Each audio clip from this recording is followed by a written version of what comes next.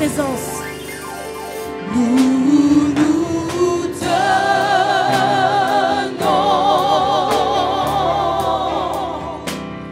en sa présence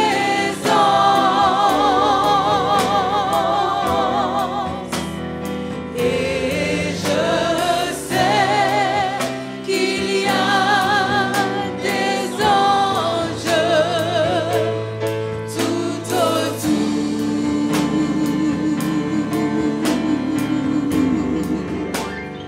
Élevons nos mains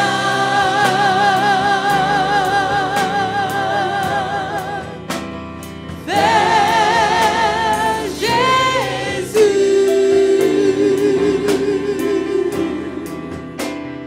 Nous nous tenons en sa présence en cet instant. Nous nous tenons en sa présence en cet instant. Nous nous tenons en sa présence. Nous nous tenons. Nous nous tenons en sa présence. Nous nous tenons en sa présence. Nous nous tenons en sa présence en cet instant.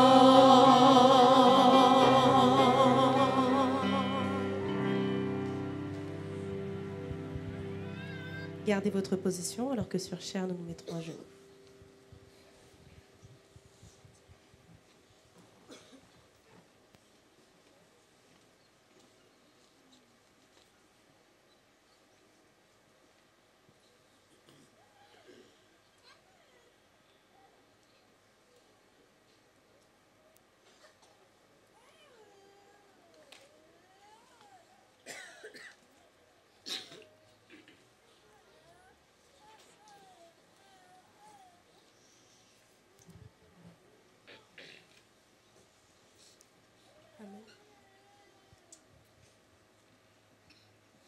Béni sois-tu d'éternité en éternité éternelle.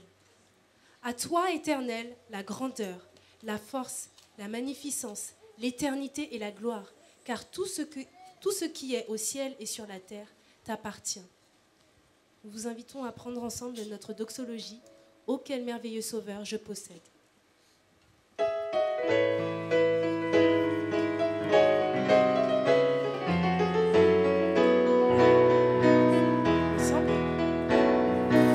Oh, quel merveilleux sauveur je possède, digne es-tu, Seigneur.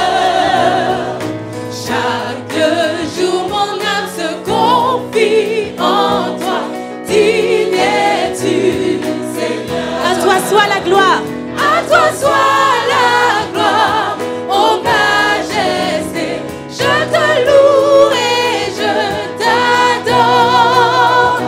Manifeste toute ta puissance, digne es-tu, Seigneur. À toi soit la gloire, à toi soit la gloire, ô majesté, je te loue et je t'adore. Manifeste toute ta puissance, digne es-tu, Seigneur. Digne es-tu, Seigneur. Digne es-tu, Seigneur. Digne es-tu, Seigneur.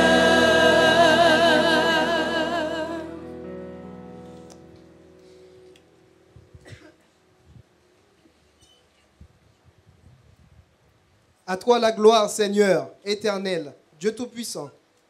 Nous t'offrons ce culte avec reconnaissance et action de grâce, Seigneur. Puisses-tu remplir ton serviteur, le Michel Catan, le remplir de ton Saint-Esprit et qu'il puisse parler en ton nom et que tu sois glorifié.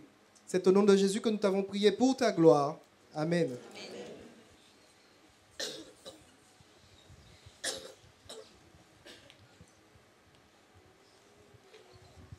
Bonjour. La semaine s'est écoulée. Tu as dû gérer le quotidien de ta vie.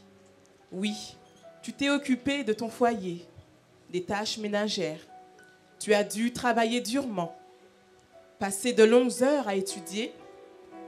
Oui, tu as dû aussi t'occuper de tes loisirs. Tu as accompli des œuvres qui ont pu, chez quelques personnes, susciter de la fatigue, de l'épuisement, du stress, de l'angoisse, parfois même la maladie. Ou encore mieux, tu as su gérer ta semaine dans de bonnes conditions, dans la joie, l'allégresse, dans la paix. Et oui, comme l'Éternel qui a travaillé 6 jours et s'est reposé le 7e jour de ses œuvres, je t'invite, toi, ami, visiteur, frères et sœurs en Jésus-Christ, à partager les délices du repos en ce matin et à te retrouver dans une atmosphère de paix et de joie en te réjouissant avec nous. Le département GCV et l'équipe pastorale souhaitons que vous soyez tous vivifiés en ce matin et disposés à recevoir toutes les bénédictions qu'il a mis en réserve pour nous.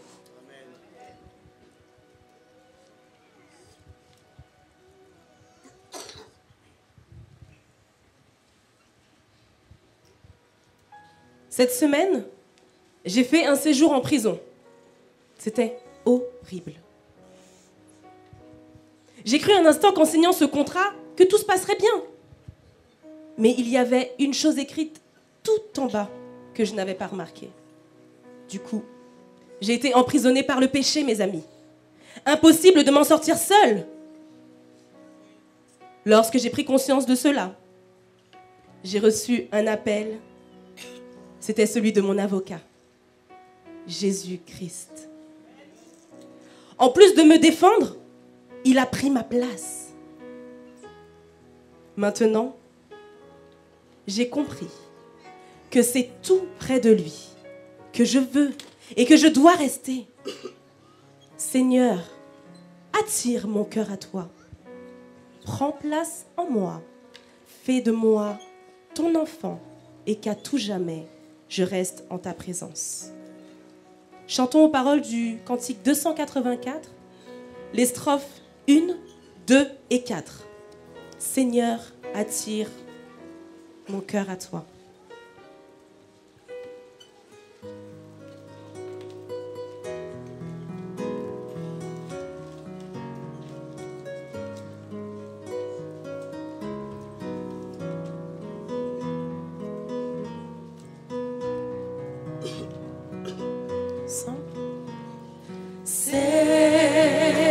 Seigneur, attire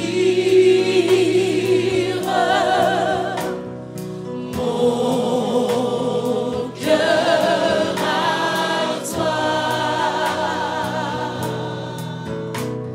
Je te désire tout près de moi. Ma délivrance, Ma délivrance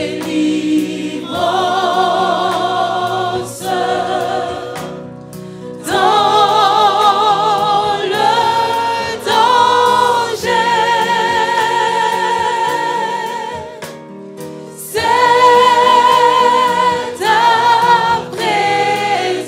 présence divin berger. c'est ta présence. C'est ta présence divin berger. Par ta puissance, brise, soumets. Par ta puissance, brise, soumets. Ma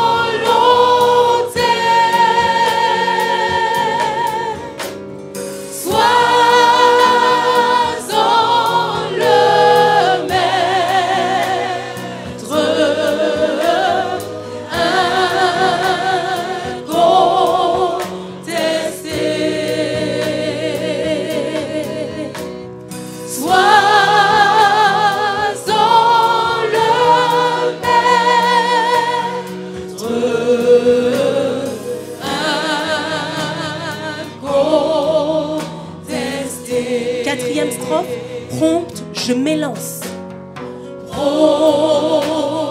Je m'élance pour t'obéir.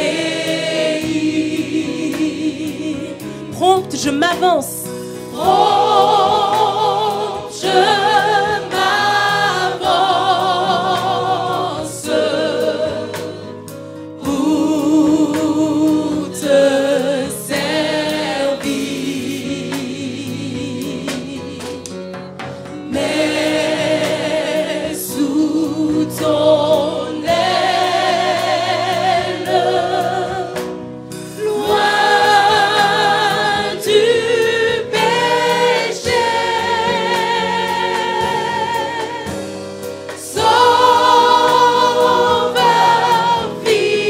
fidèle,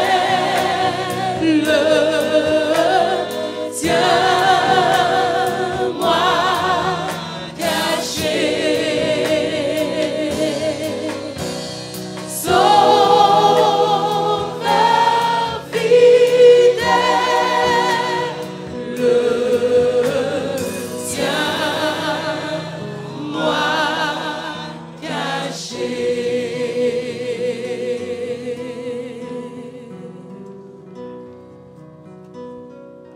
Nous nous mettrons à genoux et à l'issue de cette prière, nous chanterons « Mets sous ton aile, loin du péché ».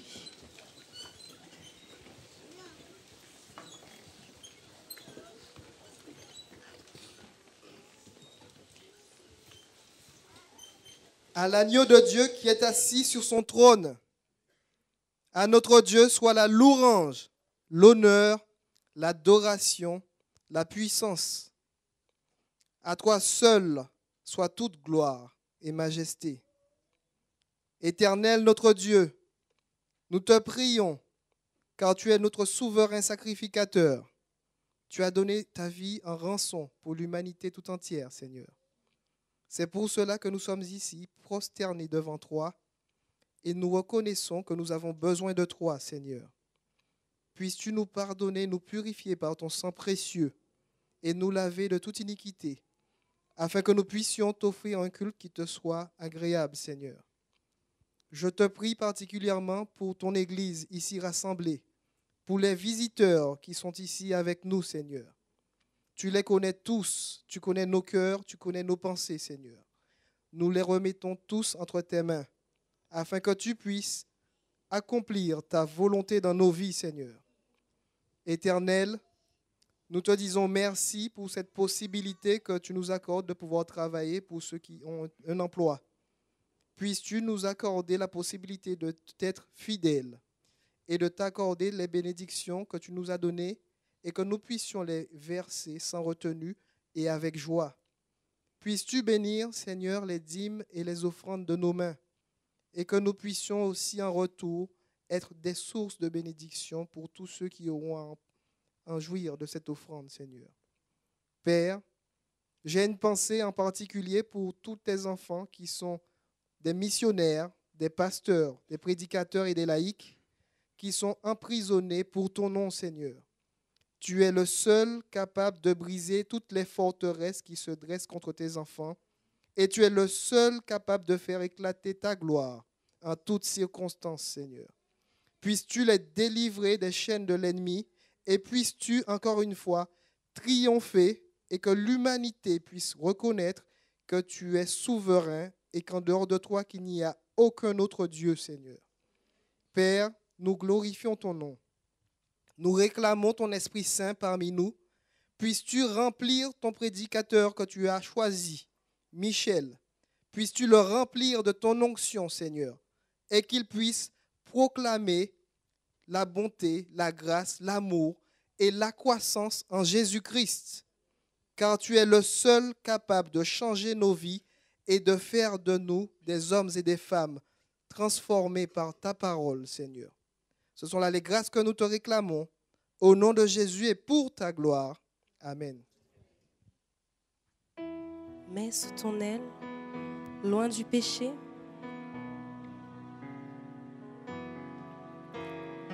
Mets sous ton aile,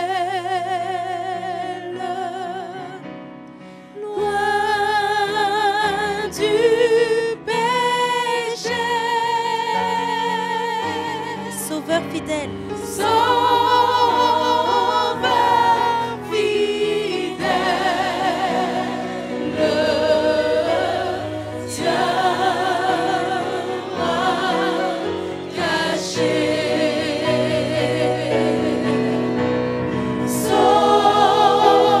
Sauveur fidèle, tiens-moi caché.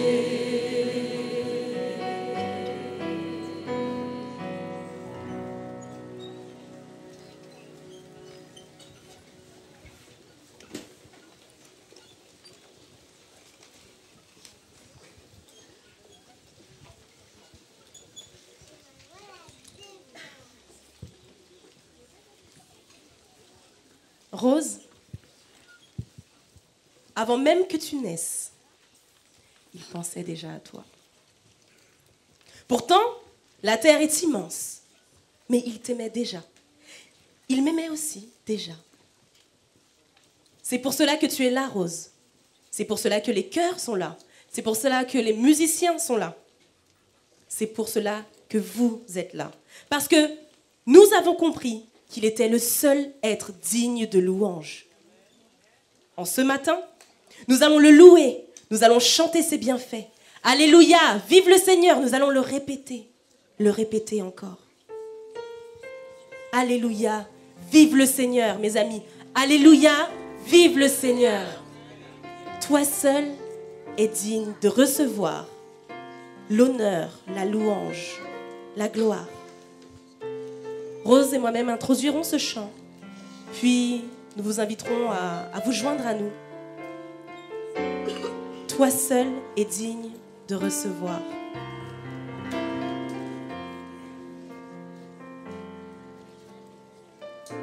L'immensité de ta grandeur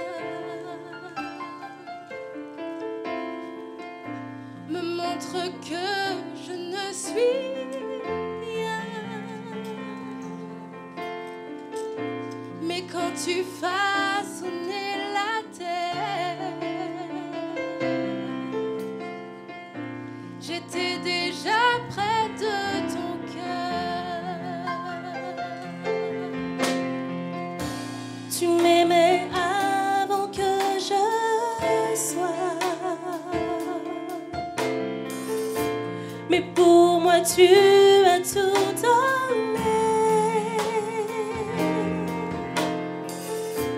Toi seul pouvais me libérer.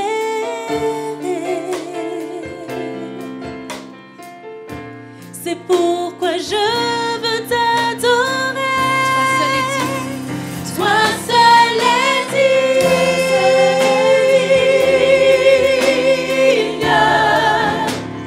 de recevoir louange et gloire pour l'éternité. Toi seul est digne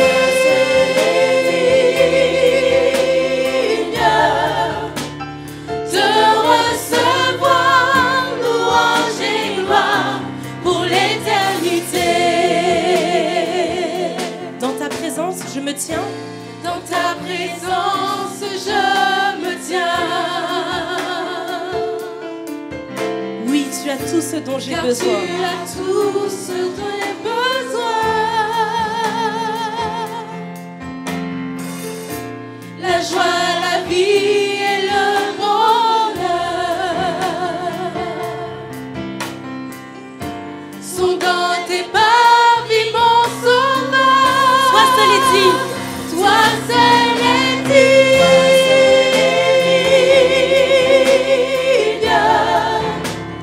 de recevoir louange et gloire pour l'éternité. Toi seul est digne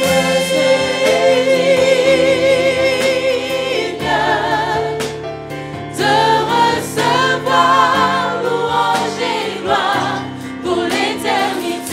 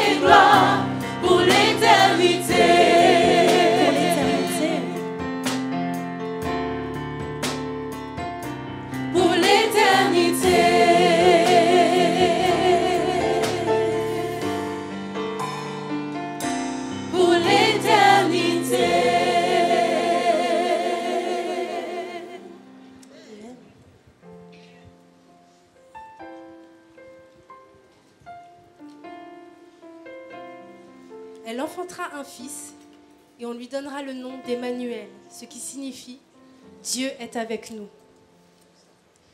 Il est formidable de savoir, et tu me diras si j'ai tort, Eurydice, de savoir qu'en toutes circonstances, nous pouvons faire appel à un nom si merveilleux.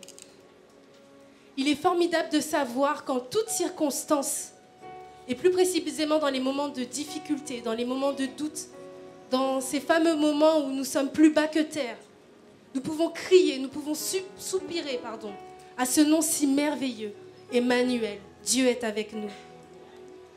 Au livre des Actes, au chapitre 4, verset 12, il n'y a de salut en aucun autre, car il y a sous le ciel aucun autre nom qui a été donné parmi les hommes par lequel nous devrions être sauvés. Jésus-Christ, Emmanuel. Je vous invite à prendre tous ensemble les hymnes et louanges au numéro 290, dans les cieux et sur la terre. Nous prendrons les strophes 1, 3 et 4.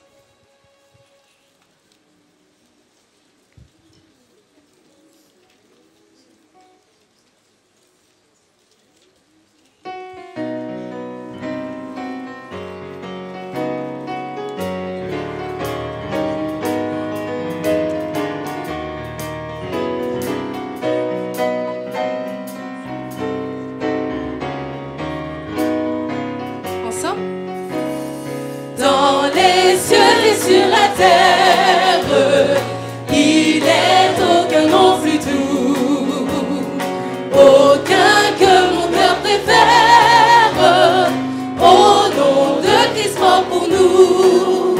Quel beau nom, porte loin de l'éternel. Quel beau nom,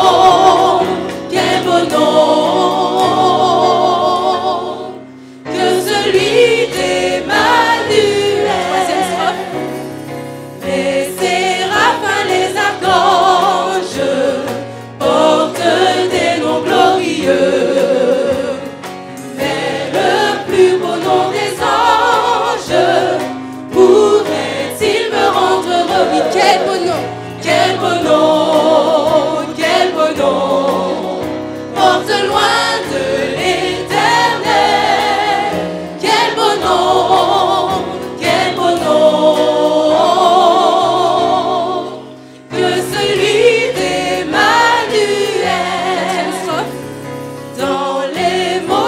Soulage, il guérit l'esprit froissé, il ranime le courage du cœur le plus oppressé. Oh, quel beau nom, quel beau nom, porte loin de l'éternel. Quel beau nom, quel beau nom, celui d'Emmanuel. Amen. Tu avais raison, Rose. Il n'y a vraiment aucun autre nom plus beau que celui d'Emmanuel. Amen. J'invite spécialement les enfants à nous rejoindre, tandis que Moïse va changer de rôle. Il est multipasse, il est très efficace. Il va s'approcher et va raconter une histoire, non pas seulement à Nathan, qui est tout seul devant, mais à tous les enfants. Approchez, n'hésitez pas.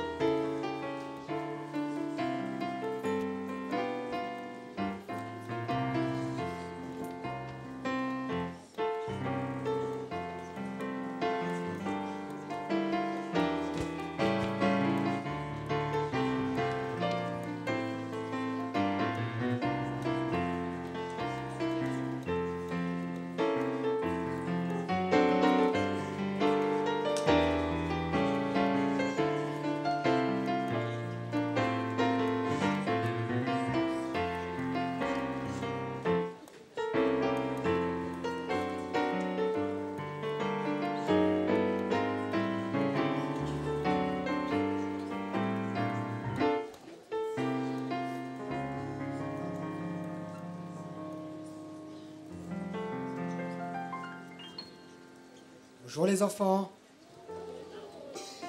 Vous allez bien? Vous avez passé une bonne semaine? Est-ce que vous êtes content d'être là ce matin? Très bien, moi aussi je suis content d'être là. On attend un petit peu, il y a d'autres enfants qui arrivent.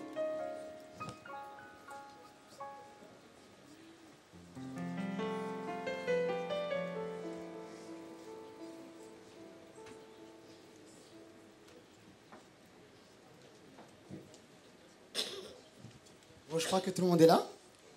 Alors, les enfants, est-ce que vous avez déjà entendu parler de l'histoire de Job? Vous connaissez Job dans la Bible? Très bien. Bon, ben, ce matin, je vais vous parler de Job, donc je vous invite à être très attentifs. D'accord? D'accord? C'est bien. Alors, Job. Job était un grand serviteur de Dieu. En lui, il avait mis toute sa confiance, car il savait qu'en Dieu seul était la vie. Vivant tout près de sa famille, Job, tous sous le regard de Dieu, ils avaient la foi, l'amour dans leur cœur. Le diable, bien évidemment, étant jaloux de tout ça, s'en alla vers Dieu. Et il dit à Dieu, si Job perd tous ses biens, il ne te sera plus fidèle. Alors qu'est-ce que Dieu a fait? Dieu a donné le pouvoir à Satan de faire du mal à Job, a laissé carte blanche à Satan sur Job, mais sans pour autant mettre atteinte à sa vie. Alors mettre atteinte à sa vie, ça veut dire que le diable pouvait faire ce qu'il voulait, mais il ne pouvait pas tuer Job. Donc depuis ce jour-là, sur Job tomba toutes sortes de malédictions. Mais vous savez c'est quoi le plus dur dans tout ça? Vous savez c'est quoi le plus dur dans tout ça? C'est que dans toutes ces tribulations, Job, il a perdu tous ses enfants. Alors ça déchire le cœur. Mais malgré ça, écoutez bien, Job, il est fidèle. Vous savez qu'est-ce qu'il a dit? Vous ne savez pas ce qu'il a dit? Il a dit, Dieu a donné, mais il a aussi repris. Dans cette histoire, il y a deux leçons à tirer. Enfin, j'en ai tiré deux pour ma part.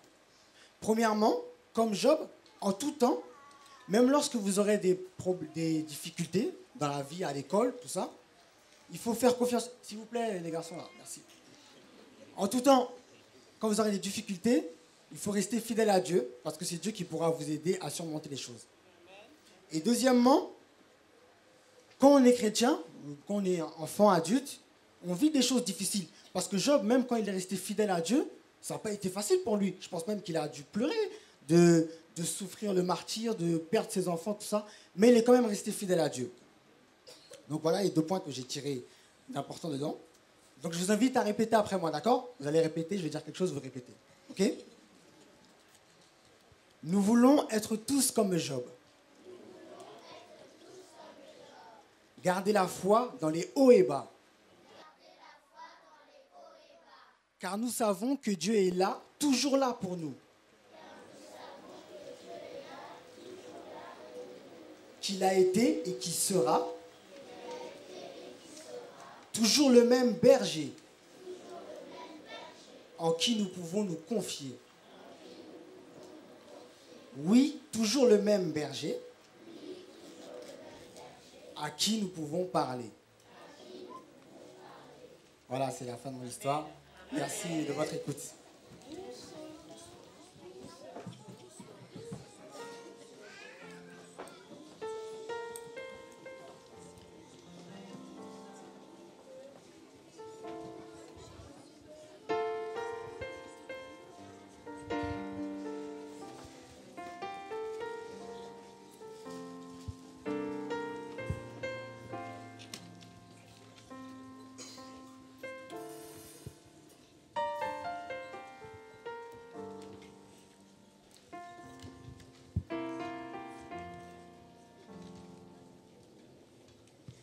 Éprouvez-vous des difficultés à faire confiance, à croire en ce qu'on vous dit? Pour vous, rendre la dîme, à savoir 1/10 de vos revenus, ou donner vos offrandes, c'est compliqué. En plus, il y a le loyer et les factures à payer. Mes amis, c'est un saut dans le vide. Oui, mais Qui me dit que je ne vais pas en avoir besoin à la fin du mois, Rose? Mes amis, êtes-vous prêts à expérimenter les bienfaits de Dieu dans votre vie? Vous êtes comme moi, vous regardez bien les clauses en bas du contrat maintenant? Êtes-vous prêts à expérimenter les bienfaits de Dieu dans votre vie? Moi, j'ai envie de vous donner un rendez-vous. Un rendez-vous dans exactement, non, on va dire 1 mois et 4 jours. On va dire le premier samedi du mois de janvier. Je vous donne rendez-vous, mais je vais vous laisser avec un texte. Psaume 37, verset 4. Fais de l'Éternel tes délices, et il te donnera ce que ton cœur désire. Recommande ton sort à l'Éternel, mets en lui ta confiance, et il agira. En attendant la fin de cette expérimentation, je vous invite déjà à chanter. À chanter le mix de ces 2 chants. Je veux apprendre, Seigneur, à mieux te louer. Et béni soit le Seigneur, quelles que soient les difficultés, je veux apprendre à te louer, à te bénir en toutes circonstances. Je sais qu'il le fera pour vous, car il le fait déjà pour moi. Alors que les diacres et les diaconesses passeront dans les rangs recueillir les dîmes et les offrandes, nous allons prendre donc le mix de ces 2 chants. Soyez attentifs au changement de partie et chantez, louez Dieu de tout votre cœur.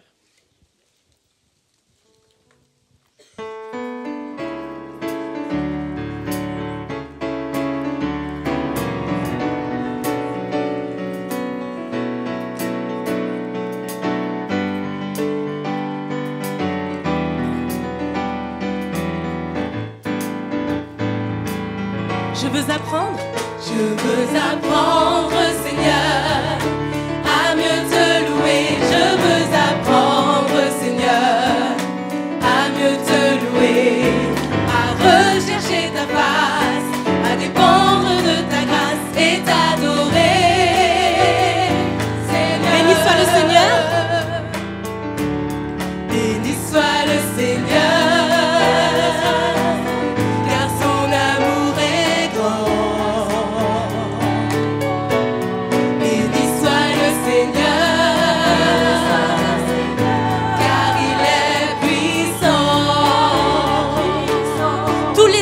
Chante pour toi. Tous les oiseaux chantent pour toi. Les arbres des bois dansent de joie. Je veux chanter, je veux louer pour toi, Seigneur. Tous les oiseaux chantent pour toi. Tous les oiseaux chantent pour toi. Les arbres des bois dansent de joie. Je veux chanter, je veux danser pour toi, Seigneur. Nous te louons, Seigneur, de tout notre cœur. Nous nous tournons vers toi.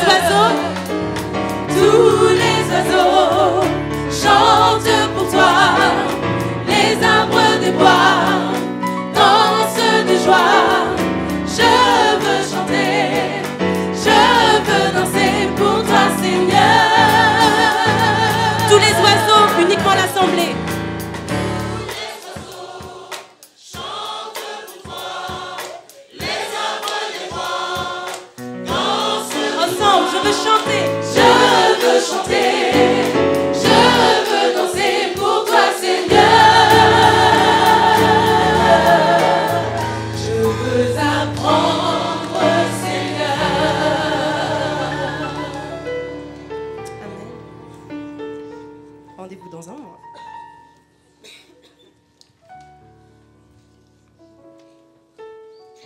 Je vous invite à vous mettre debout pour la lecture du texte de base. Pardon.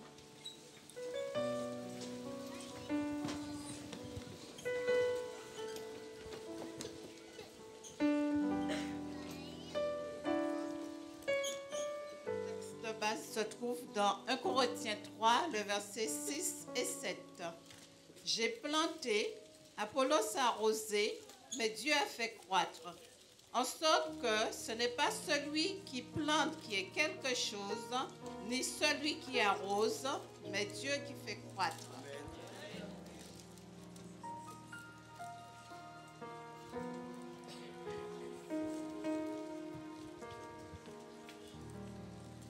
Saint-Esprit, descends sur nous. Dispose nos cœurs à entendre ton message. Saint-Esprit, descends sur nous.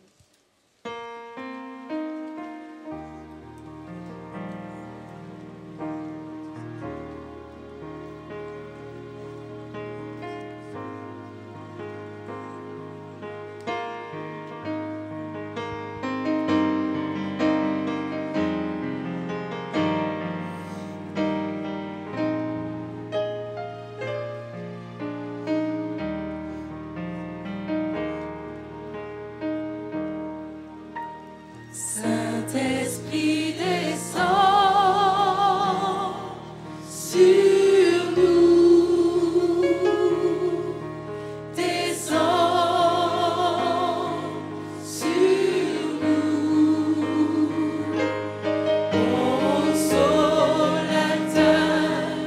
ami, à nouveau touche nos vies. Saint-Esprit descend sur nous, descend sur nous. Que ta puissance vienne, que ta voix résonne, viens et change nos cœurs, accomplis ta parole. Saint-Esprit, descends sur nous.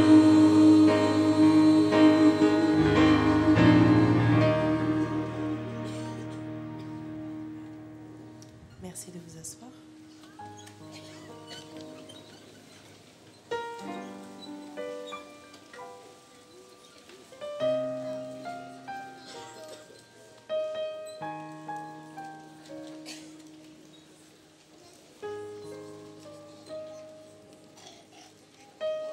Vous m'entendez? Oui, vous m'entendez. Comment allez-vous? Vous allez bien? Ça va? Vous voyez pas mon sourire? Sourire crispé. Bien, je voudrais réitérer la bienvenue au nom de la GCV. Katia vous a déjà souhaité la bienvenue. Je voudrais aussi insister dessus. Souhaiter la bienvenue, que vous soyez sous la tente, que vous soyez dans les salles annexes, que vous soyez en Martinique, en Guadeloupe, en train de nous regarder sur Internet, que vous soyez même à l'île Maurice. Je vous souhaite la bienvenue. Pourquoi l'île Maurice? Parce que j'ai effectué un déplacement à l'île Maurice et là-bas, j'ai été invité chez une famille, la famille Nalan, et qui nous regarde de là-bas. C'est une famille adventiste et qui nous regarde le samedi après-midi sur Internet. Alors bonjour, et d'ailleurs, ils vous souhaitent aussi, ils vous passent le bonjour depuis l'île Maurice. Effectivement, donc, la journée de la GCV, donc cette journée commence avec nous ce matin et elle se poursuivra cet après-midi. Donc d'ores et déjà, je vous invite à venir cet après-midi à 15h45 lors du programme des GIA, où nous allons faire la suite du programme de ce matin. Donc tous, cordialement, vous êtes invités, aussi nombreux que vous êtes ce matin, venez cet après-midi. Et pour commencer, je vous demande de faire un petit exercice avec moi. Vous allez lever vos mains, comme ça en l'air, et vous allez faire cet exercice avec moi. Allez-y. Ça va? Encore un petit peu? Super. Maintenant, les doigts sont chauffés. Vous pouvez dégainer vos Bibles Parce que nous allons ce matin tourner les pages de la Bible. Et j'aurais pas aimé que vous partiez de là avec un claquage des doigts. Donc pour tout grand effort, il faut toujours, bien sûr, s'échauffer un petit peu. Et ça commence avec le texte de base, 1 Corinthiens 3, versets 6 et 7, que je vous propose de prendre.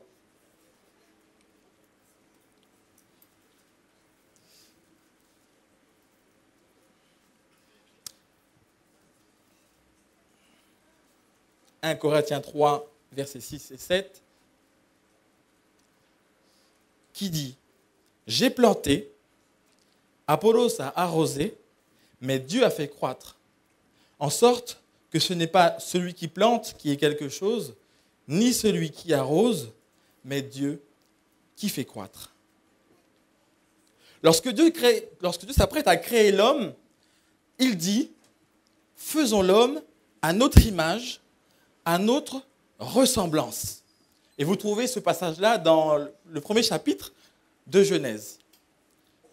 Plus tard, lorsque Moïse est sur le mont Horeb et qu'il fait paître le troupeau de son beau-père, Jéthro, Dieu s'adresse à Moïse et lui dit « Va délivrer mon peuple.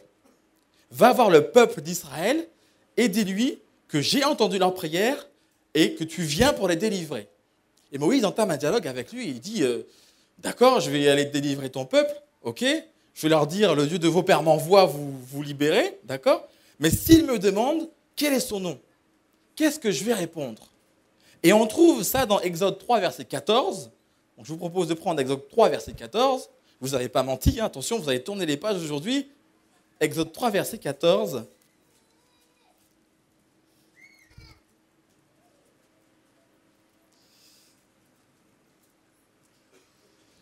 Dieu dit à Moïse, « Je suis celui qui suis. » Il ajouta, « C'est ainsi que tu répondras aux enfants d'Israël, celui qui s'appelle « Je suis » m'envoie vers vous. » Dieu se présente comme étant celui qui est, celui qui existe dans toute sa plénitude. Il n'a besoin de personne pour exister, il est. Et Dieu dit qu'il crée l'homme à sa ressemblance.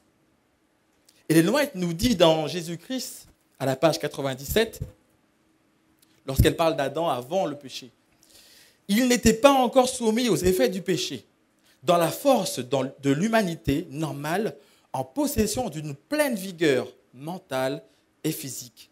Les gloires de l'Éternel, les gloires de l'Éden l'entourant, il communiait avec les êtres célestes. » Effectivement, à la création, Dieu avait fait de nous des êtres à part entière, des êtres remplis de potentiel, physiquement, moralement, intellectuellement parlant, socialement parlant, dans notre famille. Il a permis que nous soyons prêts, que nous soyons dans une plénitude.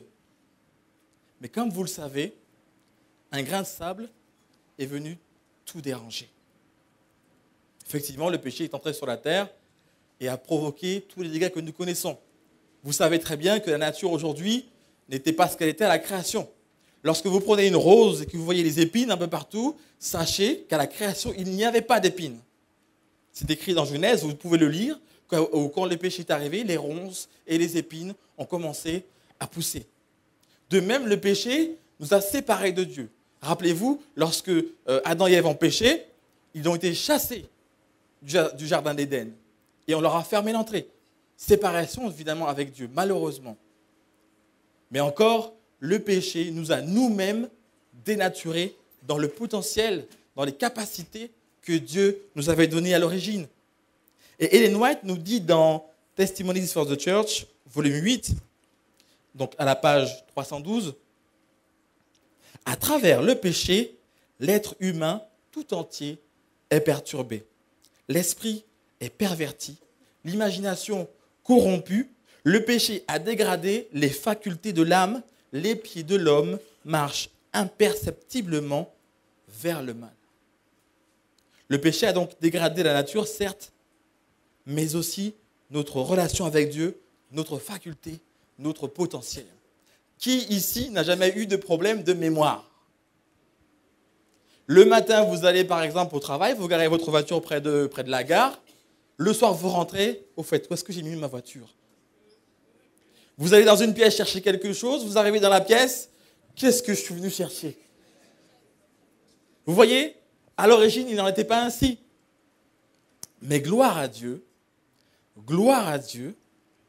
Jésus est venu sur la terre pour réparer toutes ces choses-là.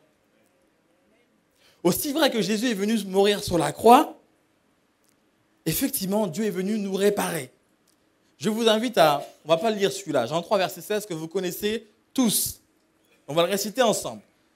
Car Dieu a tant aimé le monde qu'il a donné son Fils unique afin que quiconque croit en lui ne périsse point, mais qu'il ait la vie éternelle. Jésus-Christ est venu pour nous donner la vie éternelle. Mais je suis ravi de venir ce matin pour vous dire que ça n'est pas tout. Il est venu pour nous donner encore plus que ça. Je dirais plus que ça, ou encore davantage avec ça. Et je vous invite à prendre Jean 10, verset 10.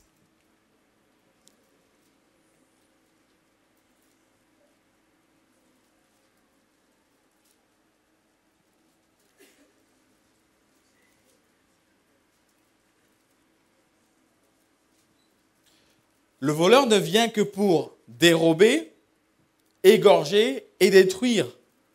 Moi, je suis venu afin que les brebis aient la vie et qu'elles soient dans l'abondance. La version Semeur nous dit une vie surabondante. Voyez? Et on poursuit avec 1 Corinthiens 15 au verset 19. 1 Corinthiens 15 au verset 19.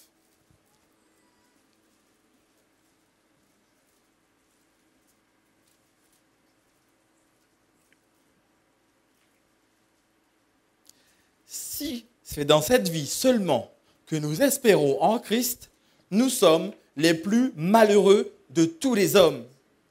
Si on doit retranscrire ce verset-là sous forme affirmative, si vous voulez être heureux, espérez en Christ maintenant, tout de suite, dans votre vie de tous les jours et pour la vie éternelle. Espérez en Christ maintenant, tout de suite, et pour la vie éternelle. Mais vous allez me dire, comment pouvons-nous avoir accès à cette vie surabondante, cette vie remplie d'abondance que Dieu a prévue pour nous? Le titre de sermon de ce matin, croître en Jésus-Christ. Je vous invite à incliner la tête, nous allons prier. Notre Père qui es aux cieux, nous te remercions de ce moment que tu nous permets de passer avec toi. Je te demande simplement de permettre que nous puissions tous nous effacer, que nous puissions entendre et que cela puisse produire en nous un changement, Seigneur, selon ta volonté. Bénis chacun d'entre nous présents ici ou qui sont sur Internet et que ton nom soit glorifié, Seigneur. Amen.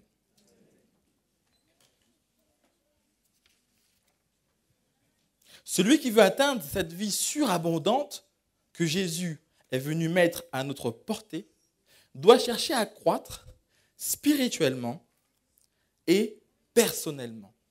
La croissance que Dieu a mis à notre portée est un élément qui nous permet d'aller de l'avant, de progresser, de ne pas rester sur place. La croissance fait partie, est intimement liée à la vie. Lorsque vous plantez une graine, si ça vous est déjà arrivé un petit peu de faire du jardinage, cette graine, elle va se détruire, elle va se casser pour laisser sortir un germe. Ce germe va grandir, va devenir peut-être un arbuste, après un arbre, et cet arbre va porter des fruits.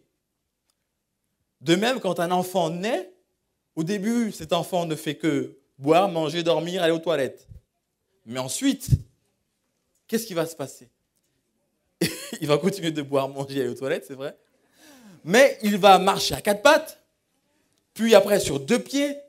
Il va commencer à parler, il va commencer à avoir un comportement, va grandir, devenir adulte, et une fois adulte, ou même avant être adulte, va commencer à prendre des décisions et pouvoir influencer son entourage.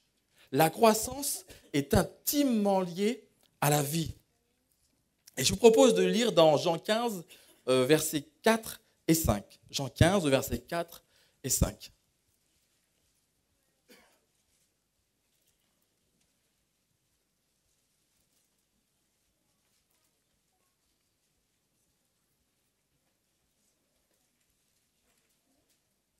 demeurez en moi et je demeurerai en vous. Comme le sarment ne peut lui-même porter du fruit s'il ne demeure attaché au cep, ainsi vous ne le pouvez non plus si vous ne demeurez en moi. Je suis le cep, vous êtes les sarments. Celui qui demeure en moi et en qui je demeure porte beaucoup de fruits, car sans moi, vous ne pouvez rien faire. Si nous désirons croître spirituellement, ce n'est pas la peine d'avoir fait de grandes études, même si les grandes études, c'est quelque chose de bien. Ce n'est pas la peine de prendre la Bible, de la connaître par cœur, car par nos propres moyens, nous n'y arriverons pas. Et voilà ce que dit Ellen White vers Jésus à la page 106. Elle dit que bien des gens ont cru en Jésus-Christ. Ils ont cru au pardon des péchés. Et ils ont accepté Jésus comme étant leur sauveur personnel. Mais lorsqu'il s'agit de croître spirituellement, ils veulent faire par leurs propres moyens. Ils veulent grandir et croître par leurs propres moyens. Et Ellen White dit que cette façon de faire est vouée à l'échec. Et elle poursuit à la page 108. C'est par la foi que vous êtes devenus la propriété du Christ. C'est encore par la foi que vous devez croître en lui, en donnant et en prenant. Écoutez bien, vous devez tout donner, votre cœur, votre volonté, votre service, afin d'obéir à toutes ces demandes. Et vous devez tout prendre. Jésus-Christ, la plénitude de toute bénédiction, votre force, votre justice, votre soutien éternel, afin de pouvoir obéir. La croissance spirituelle ne peut effectivement n'avoir lieu que si on s'abandonne à Jésus-Christ et que si nous le laissons faire en nous. C'est facile et en même temps, c'est difficile. C'est facile parce qu'il suffit de ne rien faire. Dire, ok Seigneur, j'accepte. Fais-moi grandir. Mais c'est aussi difficile parce qu'il nous faut maintenant décider. Effectivement, l'abandon en Jésus, c'est d'abord une affaire de décision. Une affaire de décision. Ce n'est pas quelque chose on n'est pas né avec. On ne l'a pas acheté quelque part, ça ne s'achète pas. Ça ne s'insinue pas. C'est une décision que nous devons prendre. Accepter de le laisser faire, de se laisser guider par lui, c'est l'écouter, rechercher ses conseils, lui demander son avis. C'est dialoguer avec lui. Ce n'est pas une affaire d'intelligence, ni des grandes écoles. C'est simplement ouvert à nous tous et c'est simplement une affaire de décision. Il s'agit de faire taire nos propres valeurs, nos propres principes pour laisser la place à ceux de Jésus-Christ. Et ça nous est souvent arrivé parfois d'avoir un choix à faire et d'entendre la sagesse de Christ qui nous dit « fais ça ». Et puis nous, on a envie de faire autre chose. Fais ça, mais on a envie de faire autre chose. Et c'est là que c'est en ça que c'est difficile.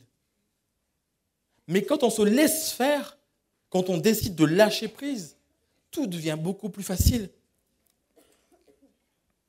Je vous propose de lire dans 1 Thessaloniciens 5, au verset 23 et 24.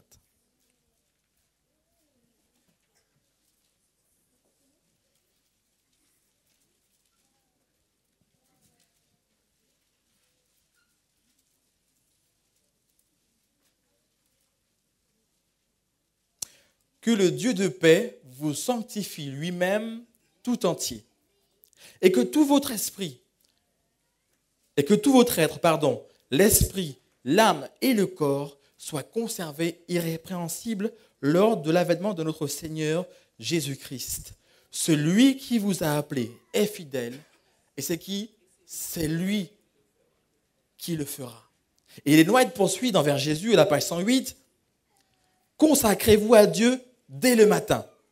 Que ce soit là votre premier soin. Votre prière doit être « Prends-moi, ô Dieu, comme ta propriété exclusive. Je dépose tous mes plans à tes pieds. Emploie-moi aujourd'hui à ton service. Demeure en moi et que tout ce que je ferai soit fait en toi. » C'est là une affaire quotidienne. Soumettez-lui tous vos plans. Écoutez bien, soumettez-lui tous vos plans quitte à les délaisser ou à les exécuter selon qu'il vous l'indiquera. En vous consacrant à Dieu, chaque jour, votre vie sera de plus en plus façonnée sur celle de Jésus. Comprenez, ce n'est pas une affaire personnelle, c'est une question de décision et d'abandon en Jésus-Christ et le laisser faire en nous. Je vous propose de lire 2 Corinthiens 3 au verset 18.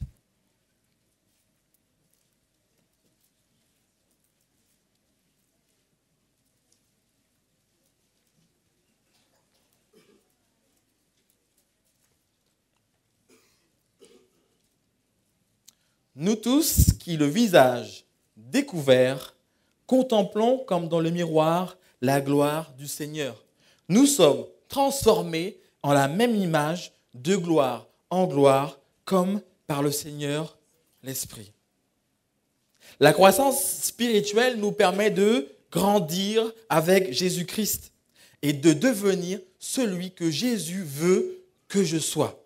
C'est là le socle, la base de toute croissance. Par-dessus cela, nous mettons toute la croissance personnelle. Mais sans cette croissance spirituelle, le reste ne sert à rien. Dans Matthieu 16, verset 26, Jésus nous dit « Que servirait-il à un homme de gagner tout le monde s'il perdait son âme ?» La croissance spirituelle est donc la base, le fondement, les fondations de toute croissance. Et oui, effectivement, Dieu nous appelle à croître spirituellement, mais aussi personnellement. Parce qu'une fois que nous nous abandonnons à Jésus et qu'il nous fait grandir, celui-ci va nous permettre d'aller vers des plus hautes cimes, vers des endroits beaucoup plus élevés. Mais il nous faut pour cela être conscient de certaines choses. Dans Testimonies for the Church, toujours au volume 8, à la page 313, voici ce que nous dit Ellen White. La plus grande évidence de la chute de l'être humain, de sa place élevée, est le fait que cela coûte énormément pour revenir. Le chemin du retour peut être conquis uniquement grâce à des efforts incessants, mètre par mètre, à chaque heure. Par un acte momentané et volontaire, une personne peut se placer sous la puissance du mal. Mais cela demande plus d'un acte volontaire pour briser ses chaînes et atteindre une vie plus élevée et plus sainte. Elle poursuit à la page 312. La réforme de notre caractère ne peut être faite par des efforts faibles et intermittents. La sanctification est le travail non pas d'un jour, ni d'une année, mais de toute une vie. La lutte pour la victoire sur soi-même, la sainteté et le ciel est une lutte d'une vie entière.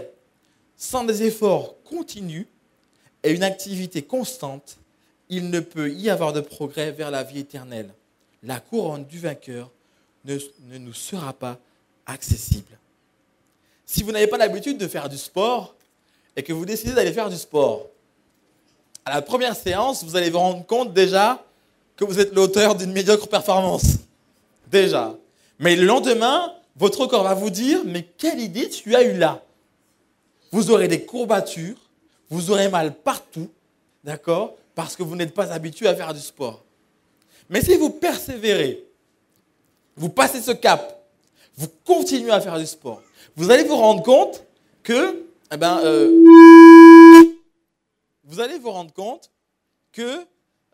vous allez progresser, que vous allez avoir de meilleures performances et vous n'aurez plus mal au corps.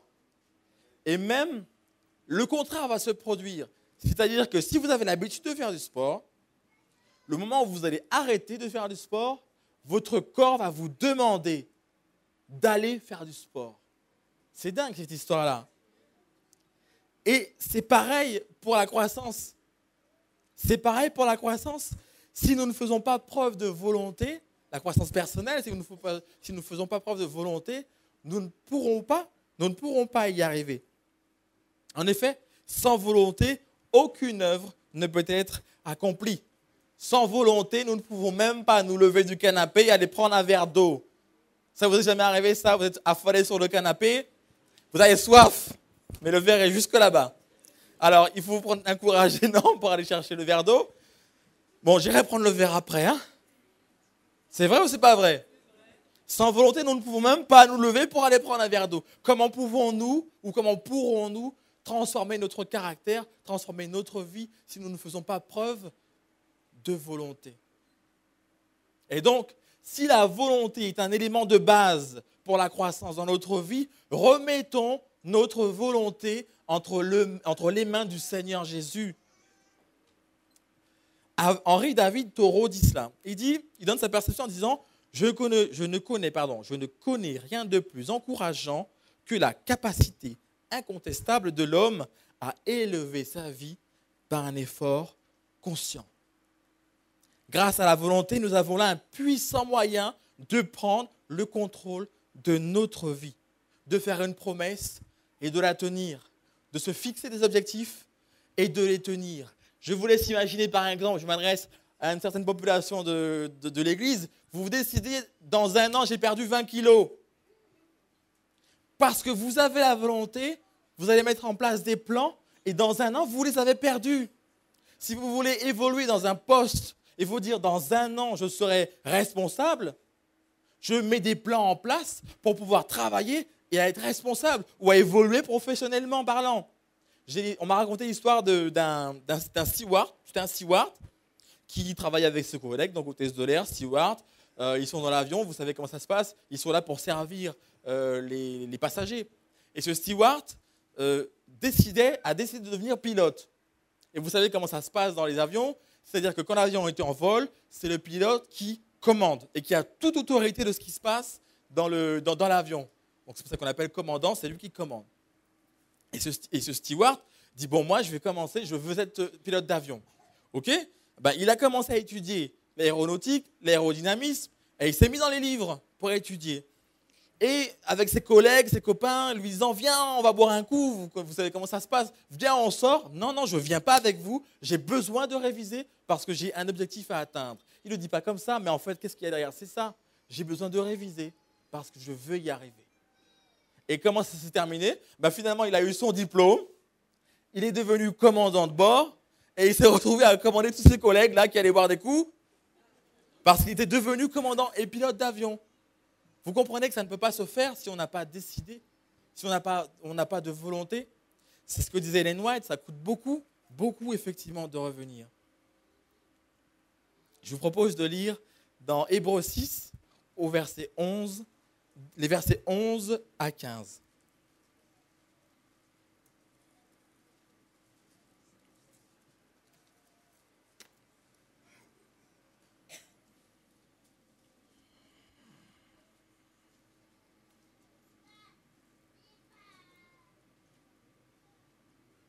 Nous désirons que chacun de vous montre le même zèle pour conserver jusqu'à la fin une pleine espérance, en sorte que vous ne vous relâchiez point et que vous imitiez ceux qui par la foi et la persévérance héritent des promesses.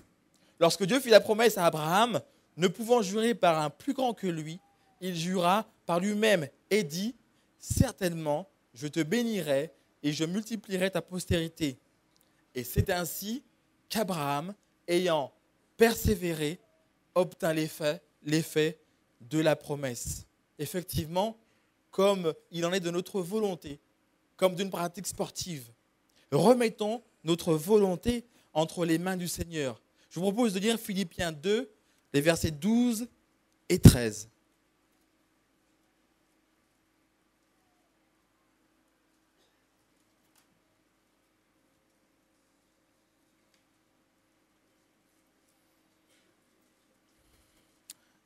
Ainsi, alors je vous disais Philippiens 2, les versets 12 et 13.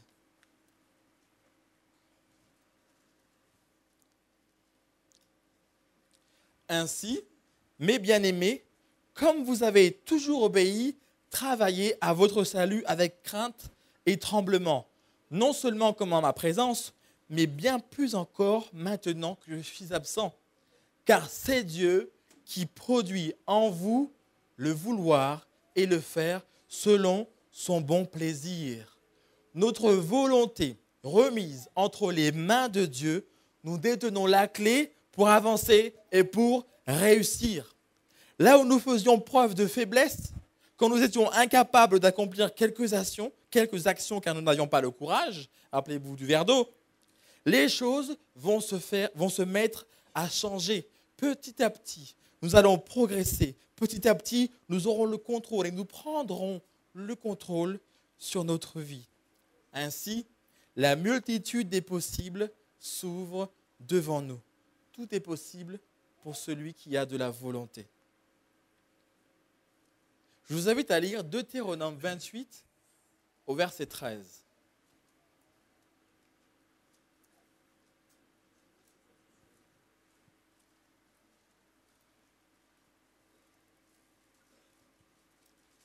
Deutéronome 28, le verset 13.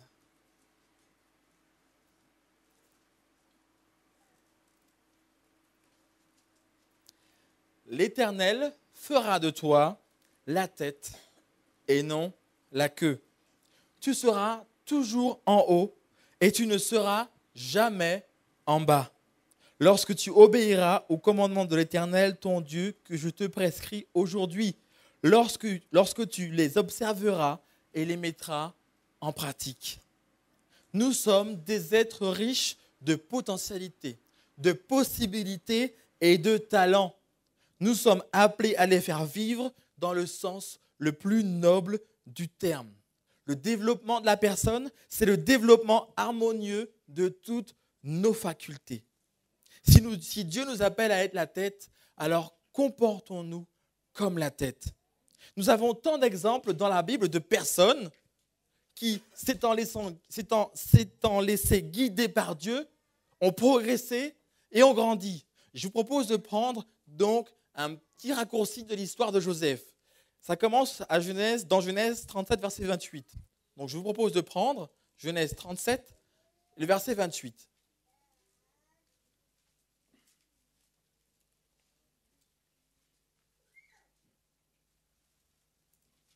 Au passage des marchands madianites, ils tirèrent et firent remonter Joseph hors de la citerne. Et ils le vendirent pour 20 cycles d'argent aux Ismaélites qui l'emmenèrent en Égypte. Donc voilà, Joseph est vendu comme un esclave. Comme vous le savez, dans certaines contrées, un esclave la valeur d'un esclave est bien moins élevée qu'un meuble ou parfois qu'un animal. Et on poursuit, Genèse 39 au verset 3. Genèse 39 au verset 3. On parle toujours de Joseph, et voilà ce que la Bible dit. Son maître vit que l'Éternel était avec lui et que l'Éternel faisait prospérer entre ses mains tout ce qu'il entreprenait. Je vous rappelle que Joseph était esclave. Mettez-vous à la place de Joseph. J'ai essayé de me mettre à la place de Joseph et me voici maintenant esclave. J'ai pas envie de faire le maximum pour le maître. D'accord ? J'ai pas envie, je suis esclave. Déjà, on m'a obligé d'être là. Je ne voulais pas être là. Donc, ne me demandez pas de faire plus. Mais Joseph, il n'a pas réagi comme ça. Il n'a pas réagi comme ça. Il s'est donné au maximum étant esclave. Rappelez-vous l'histoire, relisez-la chez vous. Même le gardien des prisonniers a donné la responsabilité à l'esclave de surveiller les autres prisonniers. Tellement Joseph s'est donné à fond, tellement il s'est laissé guider par Jésus dans sa croissance spirituelle, dans sa croissance personnelle. C'est magnifique. On continue avec Genèse 41 au verset 39 et 40.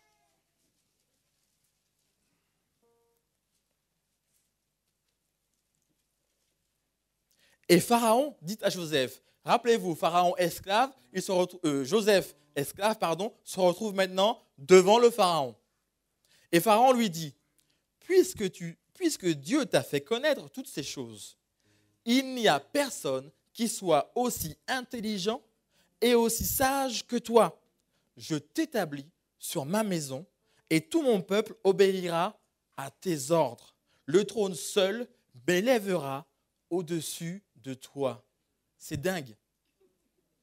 Si moi, j'étais à la place de Joseph et que je faisais le minimum là où j'étais en prison, Pensez-vous que je serais en face du Pharaon et qu'il m'aurait dit, je te laisse tous mes biens, tu gères? Jamais de la vie. Jamais de la vie. C'est bien parce que Joseph s'est donné à fond, qu'il s'est laissé guider par Jésus-Christ, qu'il s'est laissé guider par Dieu, qu'il est arrivé et que Dieu l'a fait évoluer vers ce stade-là. On continue avec un autre personnage de la Bible, Jacob. Je vous propose de lire Genèse 28 au verset 11. Genèse 28 au verset 11.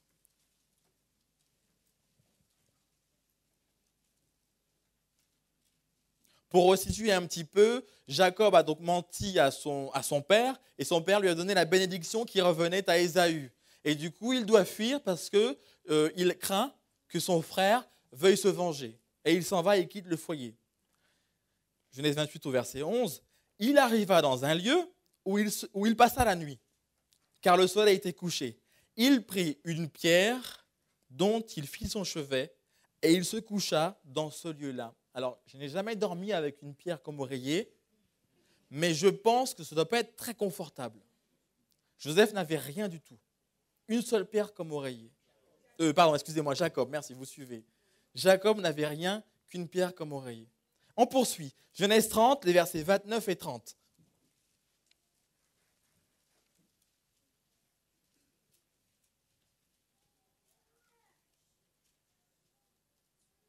Donc pour vous resituer, donc Jacob a fui et il est parti rencontrer son oncle Laban et s'est mis à travailler pour Laban. Jacob lui dit, donc il dit à Laban, tu sais comment je t'ai servi et ce qu'est devenu ton troupeau avec moi, car le peu que tu avais avant moi s'est beaucoup accru et l'Éternel t'a béni sur mes pas. Maintenant, quand travaillerai-je aussi pour ma maison? On poursuit. Genèse 31, 38 et 39. Toujours Jacob qui dit, « Voilà 20 ans que j'ai passé chez toi, tes brebis et tes chèvres n'ont point avorté, et je n'ai point mangé les béliers de ton troupeau. Je ne t'ai point rapporté de bêtes déchirées, j'en ai payé le dommage. Tu me redemandais tout ce qu'on me volait de jour et ce qu'on me volait de nuit. » On continue toujours, Genèse 32, versets 13 à 15. Rappelez-vous bien, Jacob n'avait qu'une pierre comme oreiller. Et voilà ce qui se passe 20 ans après. Donc Jacob décide, pour vous resituer, de quitter son oncle et de retourner dans sa contrée et aller rencontrer Ésaü. Il a quelques craintes parce qu'il pense qu'Ésaü veut se venger, mais bon, pour son bien, et Dieu d'ailleurs l'appelle à retourner avec sa famille dans le pays d'où il venait. C'est dans ce lieu que Jacob passa la nuit. Il prit ce qu'il avait sous la main. Écoutez bien, ce qu'il avait sous la main, d'accord? Il prit ce qu'il avait sous la main pour faire un présent à Ésaü, son frère. C'était pour apaiser son frère. 200 chèvres, 20 boucs, 200 brebis, 20 béliers, 30 femelles de chameaux avec leurs petits qu'elles allaitaient, 40 vaches, 10 taureaux, 20 ânesses et 10 ânes. Juste ce qu'il avait sous la main. Rappelez-vous, Jacob n'avait qu'une pierre sous sa tête pour dormir. Et s'étant laissé guider par Dieu dans sa croissance spirituelle et dans sa croissance personnelle, Jacob revient avec ce qu'il avait sous la main. La vraie question à se poser est, qui voulons-nous devenir? Qui voulons-nous être? Dieu se présente comme étant celui qui est, celui qui existe dans toute sa plénitude. Et il nous dit, je fais l'homme à ma ressemblance. Faisons l'homme à notre ressemblance. Qui voulons-nous être?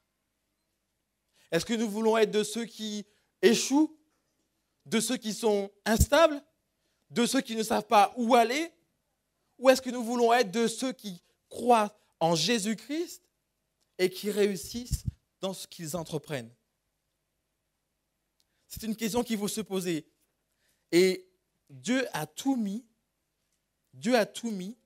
lorsque Jésus est venu mourir sur la croix, à notre portée pour cela. Dieu nous appelle à être la tête et non la queue. Mais pour cela, nous devons travailler à cela et mettre toutes nos facultés à son service pour la gloire de son saint nom. Nous devons entreprendre cette marche et se fixer des objectifs à atteindre. Souvenez-vous, Joseph aurait pu rester dans son coin et dire « Moi, je suis esclave, je fais le minimum possible. » Et il ne l'a pas fait. Si nous décidons, si nous choisissons d'entamer ce voyage-là, nous pouvons compter sur la sagesse de Dieu pour nous guider. Dans les choix que nous aurons à faire, dans les objectifs que nous aurons à nous fixer, dans les plans que nous allons mettre en place, Dieu va nous aider à progresser dans notre vie spirituelle, professionnelle, familiale, amicale, sociale, quels que soient les domaines auxquels Dieu nous appelle. Il est prêt à nous faire grandir. Je suis venu pour que vous ayez une vie surabondante. Je vous propose de lire Proverbe 4 au verset 18. Proverbe 4 au verset 18. Si l'on décide finalement d'engager, de démarrer ce chemin-là, parce que c'est un voyage qui commence maintenant, pour peu qu'on l'a décidé, ou qui a déjà commencé pour certains qui ont déjà commencé avant, nous pouvons compter sur la présence de Dieu pour nous éclairer. Proverbe 4, verset 18. Le sentier des justes est comme la lumière resplendissante, dont l'éclat va croissant jusqu'au milieu du jour. Ça veut dire quoi? Ça veut dire que lorsqu'on entame quelque chose et que parfois on ne sait pas comment faire, le Seigneur nous dit, t'inquiète pas, je vais te guider, je vais t'éclairer, je vais te montrer le chemin que tu dois prendre. Dans vos vies, si ça vous est déjà arrivé, vous arrivez à un endroit, moi ça m'est arrivé dans ma vie professionnelle, où je ne sais pas trop comment je vais gérer ce truc-là. Bon, ça arrive, c'est compliqué. Mais je demande à Dieu de me conduire et de m'aider à comprendre et de m'aider à prendre les bonnes décisions. Et je vous assure que c'est vrai, Dieu vous montre le chemin. Il y a des gens qui viennent vous parler, qui vous disent « Ouais, tu sais, machin, tel truc, ça fait tilt. Ah, tiens, je n'avais pas fait attention à ça. » Vous lisez un article, vous lisez un document, et ça répond à votre besoin. Et vous commencez à construire votre cheminement. Dieu nous éclaire. Dieu nous éclaire. Donc, faisons-lui confiance. Quand nous voulons entamer ce chemin avec lui, faisons-lui confiance. Il va nous guider. Chaque jour est un jour pour construire notre caractère de chrétien. Chaque jour est un jour où nous pouvons remporter les victoires pour progresser et aller vers l'état, la situation que Dieu veut nous donner. Cette personnalité, finalement, est le seul bagage que nous allons emporter lorsque Jésus va revenir nous chercher. Sommes-nous fiers de la personnalité que nous arborons aujourd'hui? Sommes-nous fiers de ce que nous faisons aujourd'hui de notre vie? Sommes-nous fiers de la façon dont nous gérons notre vie? Voulons-nous, lorsque Jésus revient, lui proposer cette personnalité-là? C'est à nous de décider maintenant de choisir, de décider de grandir, de décider d'accéder à cette vie surabondante que Dieu a mis à notre portée. Rappelez-vous Joseph, rappelez-vous Jacob, et ce n'est pas fini, il y en a plein d'autres. Rappelez-vous Esther, la reine Esther. Lisez Esther, c'est une très belle histoire dans la Bible. Rappelez-vous Ruth aussi. Il y a tellement d'exemples dans la Bible de personnes qui se sont laissées guider par Dieu, qui ont grandi et qui ont progressé et qui ont atteint le niveau que Dieu voulait qu'ils aient.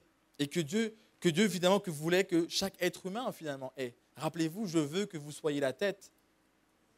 Alors comportons-nous comme la tête. La transformation de notre être est l'entreprise d'une vie entière, qui peut commencer dès maintenant si nous le décidons.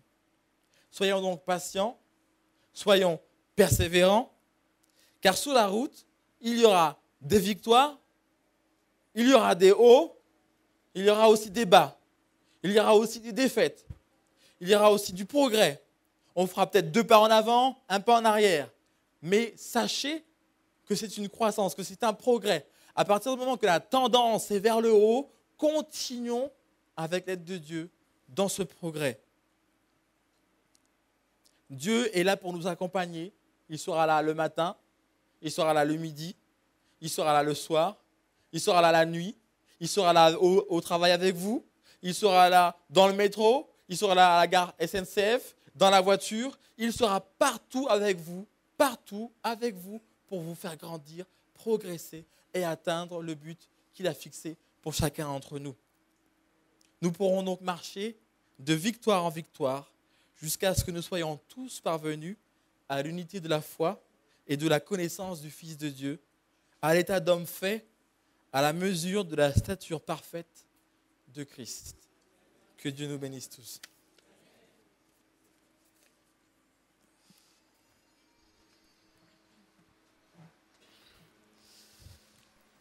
Merci.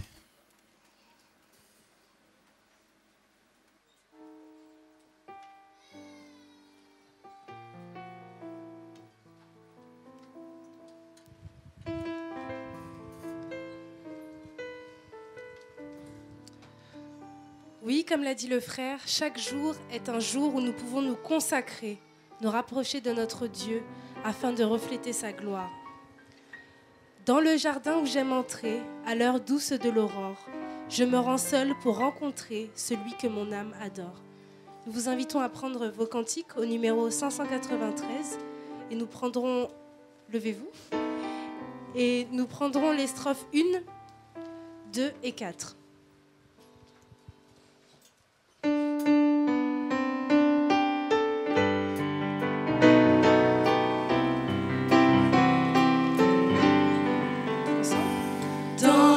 Jardin où j'aime entrer, à l'heure douce de l'aurore, je me rends seule pour rencontrer celui que mon âme adore.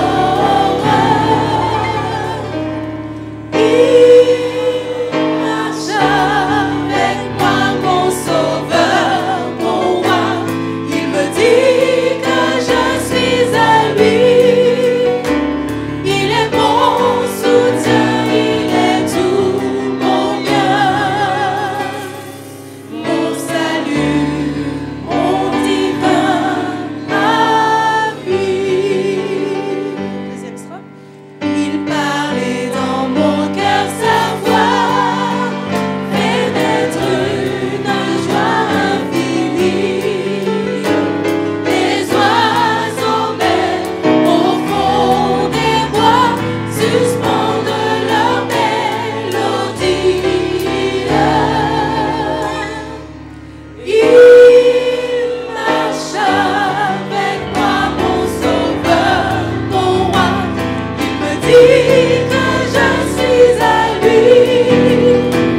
Il est mon soutien, il est tout mon bien, mon salut, mon divin appui.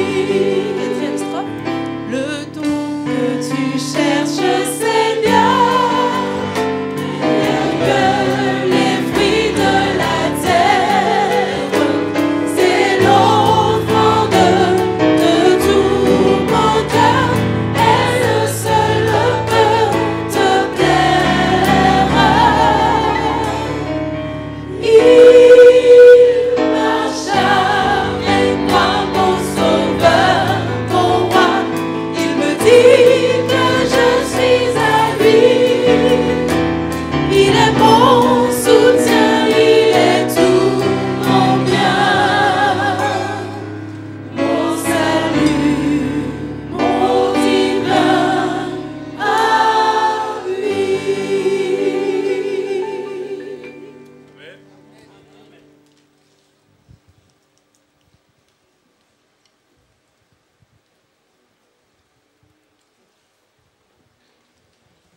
Je vous invite à vous incliner.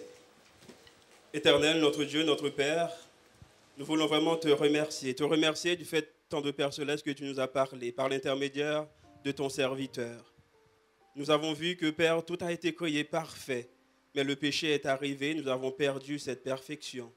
Mais gloire soit rendue à Jésus, Père, qui est venu pour nous racheter. Tu as envoyé Jésus mourir sur la croix pour nos pères, afin que nous ayons la vie éternelle. Merci pour cela. Tant de Père Céleste, tu veux aussi que nous puissions vraiment croître en toi, grandir avec toi. Tu nous dis, Père, par nous-mêmes, nous n'allons pas y arriver, que nous avons besoin de toi, Père, pour pouvoir le faire. Nous voulons vraiment, Père, nous remettre entièrement entre tes mains, afin que, Père, que tu puisses créer ce vouloir et le faire selon ton bon plaisir. Merci pour ton amour. Merci pour ta grâce. Alors que, Père, nous allons rentrer dans nos demeures respectives, renvoie-nous avec ta paix et avec la certitude, Père, que tu nous aimes d'un amour éternel. Nous t'avons prié, non pas selon nos mérites, mais dans le doux nom de ton Fils Jésus et pour ta gloire.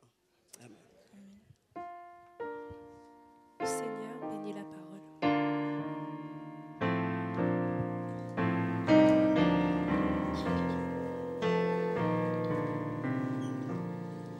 Ô Seigneur, bénis la parole que nous venons d'ouïr. Ne permets pas qu'elle s'envole de notre souvenir.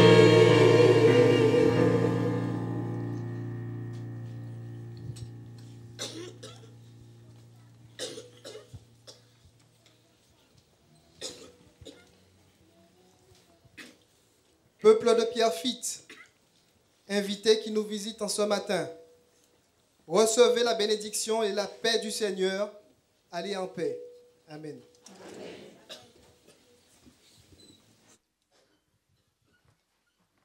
Je vous invite donc cet après-midi. Le programme continue avec la GCV, donc ce sera la continuité du programme de ce matin, donc dans un aspect beaucoup plus concret.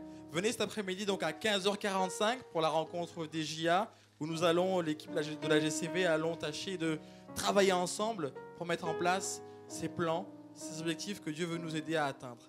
Soyez donc nombreux. Merci à tous. Je vous rappelle aussi le moment de jeûne et de prière que nous aurons dans la chapelle.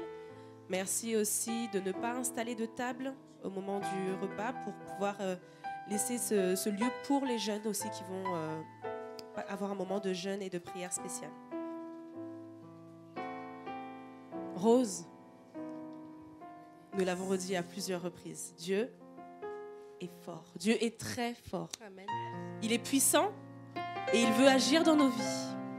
Alors nous allons le répéter encore et encore. Et lorsque nous aurons fini de le répéter, nous allons continuer à crier à lui dire que nous voulons dépendre de lui. Pour croître, nous voulons nous accrocher à lui. Et lorsque nous aurons fini de le répéter, nous allons continuer à le louer, à l'exalter de tout notre cœur. Nous chanterons donc successivement, car Dieu est un Dieu puissant.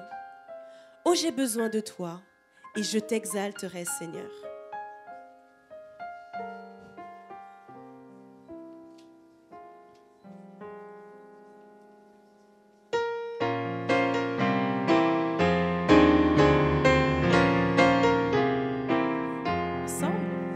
Car Dieu est un Dieu puissant, il règne de son saint lieu avec sagesse, amour, il tient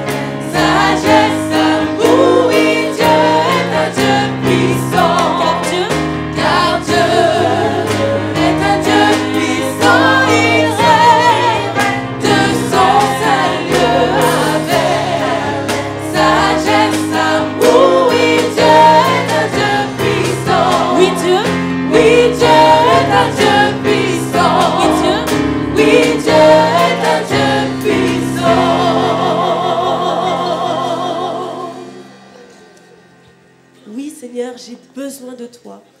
Besoin que tu puisses me dire tout bas que tu es là. Oh, j'ai besoin de toi.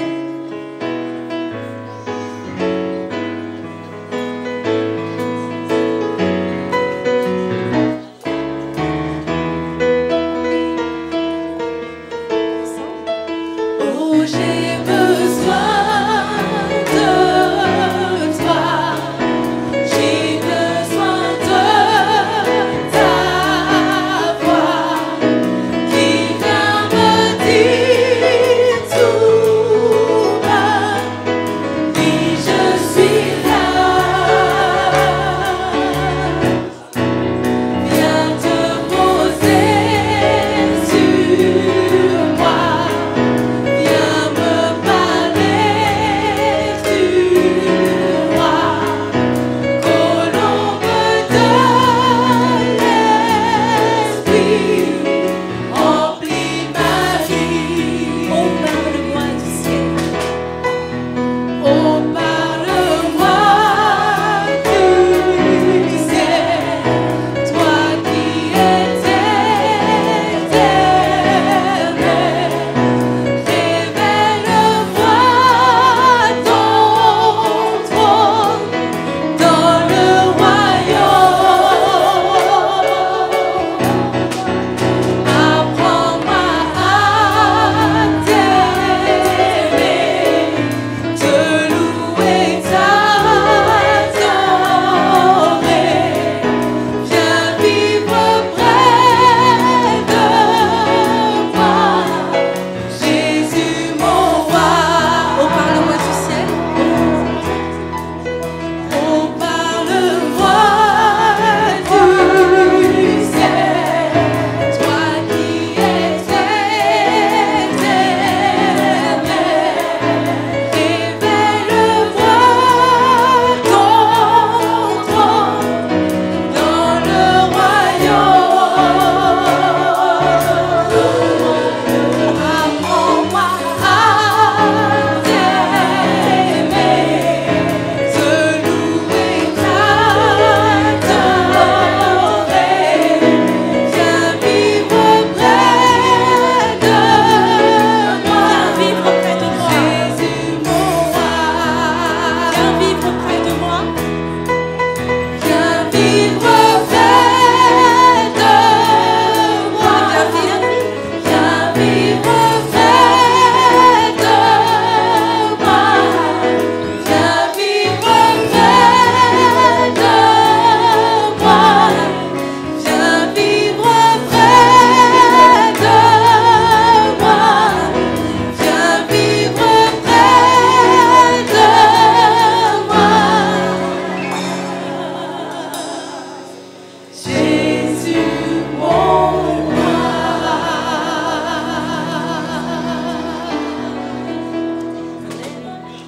Je t'exalterai, Seigneur, parmi toutes les nations.